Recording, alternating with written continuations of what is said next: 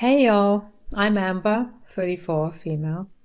Growing up, I was always the quiet goth kid in the family. My sister, Yuma, was the complete opposite, a stereotypical Malibu Barbie, and all the boys seemed to adore her during high school. To be honest, I felt pretty insecure about it back then because people would only get close to me so that they could get closer to Uma. It was a huge hit to my stupid hormonal teenage ego. Then the unthinkable happened. A boy liked me for me. I thought I'd found true love and acceptance when I met Eric, my husband, in college. It felt like he loved me for who I was, and for the first time I was genuinely happy. But Yuma has this superiority complex. Growing up popular and always having boys fawning over her made her crave and expect attention. She was the classic pick-me girl, always seeking validation from men because she was accustomed to it. Plus, she was a total daddy's girl, and Dad spoiled her endlessly. Our dad, Richard, had a unique way of bonding with us. He appreciated my love for building and engineering as well as my dedication to hard work, so we'd spend time working on the cars during the weekend. He'd take me to museums and just help me build stuff like Lego sets and other things. He was quite wealthy, but he remained humble, and I'm sure he appreciated our time together. Yuma, on the other hand, seemed only interested in material things. So to bond with his precious baby girl, he'd just comply with everything and anything she wanted, which was a bad move on my dad's part, I'll admit. And I don't like speaking ill on the dead, but don't worry because he even used to say he was spoiling her too much. So as I implied earlier, my dad passed away, and it hit all of us like a truck. He was my best friend, and I really didn't know how I was going to navigate life without him. So there we were, gathered around Dad's deathbed, me, Mom, Mina, and Yuma. Dad was expressing his love for each of us, and it was both heartwarming and heartbreaking at the same time. He wanted peace, especially after he was gone, and he didn't want any family feuds over his will. Typical Dad, always trying to avoid the drama. I can't say I blame him. Living with 3 girls for all those years can kill a man. Which I guess was what happened, LOL. The funeral we held for Dad was beautiful, and everything went as smoothly as it could under the circumstances. We wanted to honor his memory in the best way possible, and I think we succeeded. R.I.P. Baba. But, of course, after the funeral came the dreaded reading of the will. Like I said, my dad was rich, and although we didn't care too much about money, Dad's words were ominous when he said he didn't want us to fight, meaning that someone, most likely Yuma, would be upset because she was spoiled and wanted everything. We all met up with the lawyer to discuss Dad's wishes. Eric decided to come to show me emotional support, and I appreciated it, considering it was a somber occasion. Sitting there, waiting for the lawyer to arrive, I noticed something that made my blood boil. Yuma was being blatantly flirtatious with Eric right in front of me. Surprisingly enough, the flirting alone didn't surprise me. It wasn't the first time, like I said. For lack of better words, Yuma was an attention snore. Rhyme snore with that other word? I can't say. But on this day of mourning, it was infuriating. Yuma had a knack for shamelessly flirting with Eric and then blaming it on alcohol or calling me prudish for being uncomfortable. But this time I'd had enough. It felt like she was disrespecting not only me but Dad's memory too. Eric, you know, you look so handsome in that suit. It really brings out your eyes. Thanks, Yuma. I appreciate that. Have you been working out? Really? Today? What? I know you can't go 2 seconds without getting attention, but can you please have some dignity? It's embarrassing. I was just trying to lighten the mood. It's so depressing here. Lighten the mood? Dad just died, Yuma. This is his funeral. Have some respect. You're such a pig. Amber! Stay out of it, Mom. Guys, maybe we should calm down a bit. Yuma and I bickered for a bit, exchanging some nasty words, as sisters do, I guess, and that's when Mom chimed in. The lawyer is finally here. Let's not have any drama, okay? We need to focus on Dad's will. I will pull the both of you out of there if you start anything. Fine, but seriously, Amber, you need to chill. Chill? You're the one flirting with my husband on the day of Dad's funeral. Let's not fight, please. We're all upset and arguing won't help. That's right. Dad wouldn't want us to fight over this. I'm sorry, Amber. I didn't mean to upset you. Well, just keep it in check, okay? This isn't the time or place. The lawyer is ready to begin, so let's gather around and listen to Dad's wishes. Fine, whatever. Let's just get this over with. The tension in the room remained thick as we all sat down waiting for the lawyer to start reading Dad's will. The lawyer started reading Dad's will, and as expected, Mom received the bulk of Richard's assets. She had always been the one whom Dad had relied on the most, so it made sense. Plus, those were worth millions, so Mom was going to be fine for a long time. Next up was Yuma's portion of the will. To everyone's surprise, she had been left with a whopping $5 million. Yuma couldn't help but flash a triumphant grin. She started talking about all the crap she'd buy, but the lawyer had to cut her off to continue. Then came the moment of truth as the lawyer began to read my part of the will. I held my breath, curious about what Dad had decided to leave me. The lawyer's words caught me completely off guard. Amber, your father has bequeathed to you a property known as Cordon Blanc. I couldn't believe my ears. Cordon Blanc? That was a house Dad had always talked about wanting to buy. But it was an old, run-down place, practically falling apart. I glanced at Eric, who had already started searching for information about the property online. As Eric pulled up pictures of the deserted house, it looked even worse than I remembered. I felt a mix of confusion and frustration. Now, before you all start, I want you to understand that I never really cared much for money. I was privileged enough to not need for anything, and I already have money, so getting more didn't mean much to me. But I'm not going to lie, compared to everyone else, it seemed like I got such a crappy gift. Like, what the hell, Dad? Was this the drama he was talking about? I was snapped out of my thoughts when I heard Yuma's laughter. Amber, you got an old creepy house. Well, I guess we now know who Dad's favorite really was. Yuma, what did I say? I just don't understand. Maybe he wants you to fix it up, Just like old times? Mom, I loved fixing up old crap when I was 12. I barely have time for my work, let alone working on a fixer-upper. This is gold. I need to record this. Why would he leave me this, Mom, huh? Tell me. I don't know, sweetheart. I wish we could ask him, but, well, we can't. I'm sorry you're disappointed with your gift. If you'd like, we could split up some assets. No, I don't want the assets, Mom. It's okay. He left me this house, and I guess I'll find something to do with it. Thanks, Dad, I guess. A couple of days passed after the will reading, and things were far from settling down. I was still trying to wrap my head around why Dad had left me that run-down house, Cordon Blanc.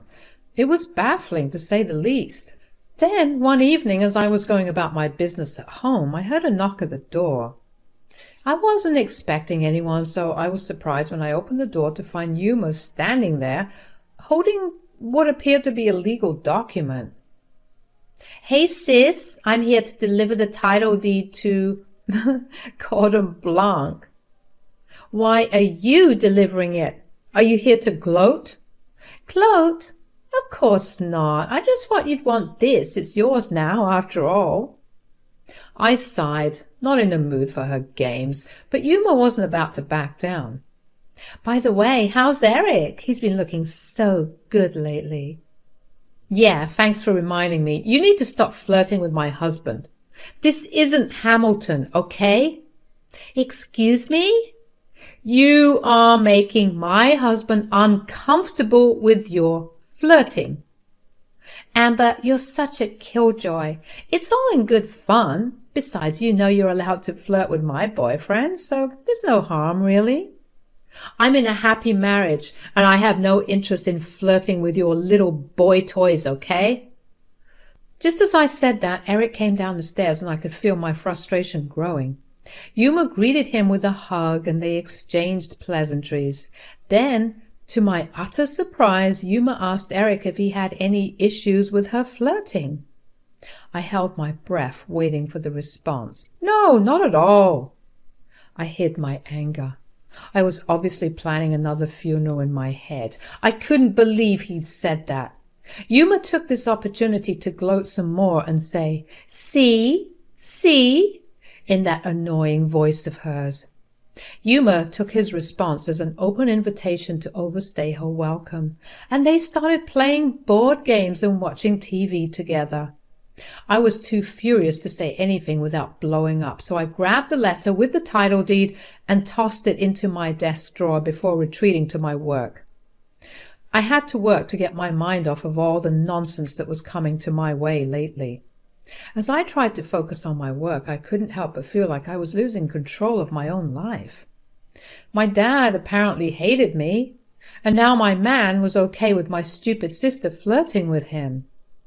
I'm not going to lie, I was triggered. I was transported back to those moments when I was neglected at home, at school, my friends, and potential boyfriends. It sucked. Always being put last place, or worse, not even being remembered at all. After Yuma finally left, Eric found me fast asleep at my desk. He shook me awake and I felt like crap, feeling both exhausted and frustrated. Amber, you fell asleep here. Yeah, no thanks to the company you had. I was in no mood for niceties. I needed answers. Why on earth did you tell Yuma it was okay for her to flirt with you? Do you like it or something? What? No, of course not. Then what the hell, Eric? Haven't I been embarrassed enough? I didn't want to make things awkward, Amber. So you were willing to sacrifice your wife for your sister-in-law? Interesting. Don't make it sound like that, Amber. Jeez, I'm sorry, okay? What do you want me to do? Eric, you're my husband. You should be on my side. You should stand up for me. Eric muttered an apology, but it did little to squash my suspicions. Something just didn't feel right, and I couldn't shake the feeling that there was more to this than met the eye. A couple of weeks passed, and the tension in the house was thicker than Megan the Stallion. Eric and I were like strangers living under the same roof. It was awkward and annoying. Every time I tried to bring it up, he brushed it off, insisting that nothing was wrong, that he was just tired from work and stuff. But I couldn't shake the feeling that there was more to it. One evening, after another silent dinner, I decided it was time to confront Eric about his attitude. I waited until we were both in the living room, and I mustered up the courage to speak my mind. Eric, we need to talk about this. You can't just keep avoiding the issue. What issue? Don't play dumb, Eric. Amber, there's really nothing to talk about, I promise. Don't lie to me, Eric. I know there's something going on in your mind, and I noticed it ever since Yuma came that time. Oh, are you still not over that? What the frick did you just say to me? Look, I'm just saying, maybe Yuma is right. Right about what? Maybe you need to lighten up more. What? I'm just saying, maybe you'd benefit from letting loose every now and then. You're just so uptight. I mean, have you felt your shoulders? In no time, you'll be looking like the hunchback of Notre Dame. I was shocked, you guys. I didn't even know how to respond to that. Do you like her? What? Do you like her? Of course not. Why would you say that? I explained to him how it made me feel when he always took her side over mine, and he kept on meeting me with, "Well, I don't mean it that way," and "You're being crazy." I was too tired to argue with a grown man who was acting like a stupid teenager, so I just marched my behind upstairs to go and sleep. I was so tired of being in last place. The next morning, I woke up to find Eric sleeping beside me, his phone lying next to him on the nightstand. There was something gnawing at the back of my mind, a sense that I couldn't ignore. Call it women's intuition. I had this gut feeling that there was more to this whole situation than met the eye. Without giving it much thought, I reached for Eric's phone. What I found left me speechless, hurt, and angry. There were dozens of text messages between Eric and his friends discussing Yuma. They were talking about how attractive she was, how he had dropped the ball when he chose to be with me, and what stung the most was that Eric hadn't defended me or our relationship in any of those messages. He was laughing it off in stereotypical male fashion, just trying to be one of the bros, I guess. It felt like he just crapped all over my heart. I couldn't contain my anger any longer. I held the phone high and threw it at Eric's head. He got up instantly, of course, startled and confused, asking what the hell had just happened. If I wasn't so angry, I would have laughed. "What the hell is this, Eric? What are you talking about?" "Don't play stupid with me. These messages, Eric, about my sister, Yuma? You and your buddies are talking about wanting to smash and having a turn. You guys are freaking sick. How could you talk about her that way? And why the hell weren't you defending me? You dropped the ball, huh? Huh? Amber, I can explain." "Explain? You have friends discussing how much they want my sister, and you say nothing to shut them down. What kind of husband does that? What kind of man does that?" "It was just locker room talk, Amber. I didn't mean any of it." "Locker room talk? Why the hell are you saying that? As if it's normal? Do you know how sick that crap is? You're disgusting." Eric tried to apologize and make excuses, but I wasn't having any of it.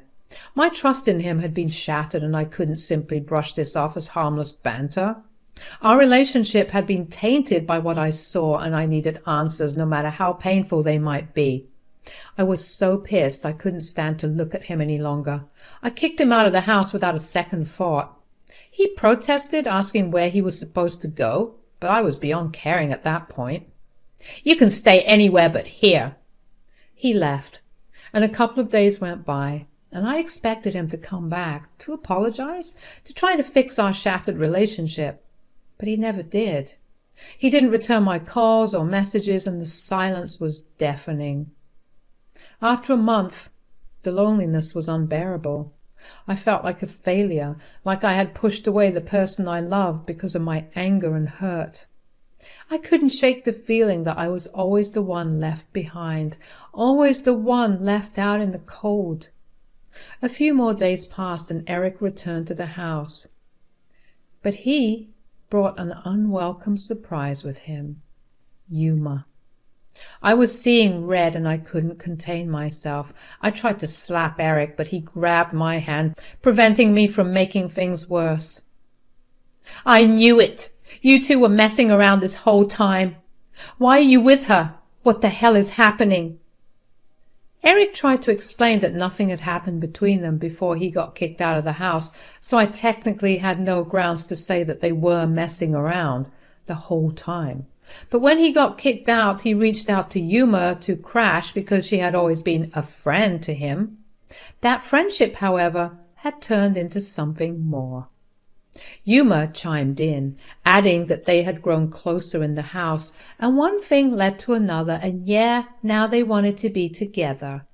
She then had the audacity to claim that she was doing me a favor by showing me that Eric wasn't cut out for married life if he could be so easily stolen. "How could you both do this to me? What the hell is wrong with you?" Eric attempted to justify himself, mentioning the $5 million inheritance that Yuma received. He said it was a sign that my father saw potential in her, and he wanted to explore what he felt with her. Your father? Don't you dare speak his name. Amber, you need to calm down. Does Mom know about this? Well, no, but that doesn't matter. Yuma had a smug look on her face, and that was the last straw for me. I couldn't take it anymore. I yelled at both of them, ordering them to get out of my life for good. Yuma and Eric attempted to reason with me, but I was beyond reason at that point. I was yelling and breaking things in an angry state. Eventually they left, and I was left alone in the mess I had created. I felt like a sobbing mess, utterly hopeless and embarrassed. Why did this have to happen to me? At that moment, something clicked in my mind. I remembered the title deed to that stupid, worthless house, Cordon Blanc. I felt a connection to it, abandoned and unwanted, just like how I felt. I decided to open the letter, thinking that fixing up the property could maybe serve as a new distraction from the pain of my upcoming divorce. As I opened the letter and unfolded the paper, I found the title deed to the house, but what caught my eye was something unexpected. A mineral report. According to the report, the property had a buttload of valuable minerals beneath it, making it incredibly valuable. Girl, hold on, because what I saw will shock you. As I read on, I discovered that the property was worth $20 million. I almost couldn't believe my eyes, so I put on my glasses to make sure I was reading it correctly. Sure enough, the number on the paper read $20 million. I almost fell down. My heart raced as I noticed there was another letter tucked inside the envelope, a handwritten letter from my dad, Richard himself. I started sobbing uncontrollably. The letter read, "You have always been my diamond in the rough. I'm sorry the world doesn't see the way you shine, but I do. I always have. Please take this. I wanted us to do this together, but I see that I don't have time. You'll be all right, kiddo. You're stronger than you think. And please, for the love of God, don't make my house ugly. With all the love in my heart, Dad." I think I cried an ocean that night. I finally felt seen and heard. I finally felt like I had some value, and my Baba showed that to me. And I'm forever grateful for him and his love. I sat on that valuable information for a while, carefully planning how to make the most of Cordon Blanc. The divorce with Eric, thanks to our prenup, went relatively smoothly and was finalized in just about a month. Thank God. Meanwhile, Eric and Yuma seemed to be enjoying their newfound happiness together in their little bubble of bliss. It was disgusting. That is, until I decided to reveal the true worth of Cordon Blanc. I shared the news in our family group chat, which Eric was still part of, and the reactions were nothing short of explosive. Messages from my mom came pouring in, congratulating me and mentioning how she always knew the house would be great. My mom in particular was very happy for me, saying that this was a beautiful gift. Then came the calls and texts from Yuma and Eric, but I chose to ignore them. They grew increasingly furious through their messages. Yuma was outraged, insisting that there must be a mistake, while Eric pleaded to work things out. Little did they know I was already in the process of obtaining restraining orders against both of them. It was only my mom who knew about this, and she agreed, saying that Yuma and Eric did me dirty with their stupid hormones and egos. It was really crazy to me to see just how insecure these people were, despite acting so high and mighty. It was disgusting. But the universe did me a favor with that timing, I'm not going to lie. And I'm so grateful that Eric and Yuma won't have a cent of this money. I'm currently working on my baby project to make sure it honors my father in the best way possible. I miss you, Dad. I'm doing this for you. And screw you both, Yuma and Eric. God, it feels good to get my lick back.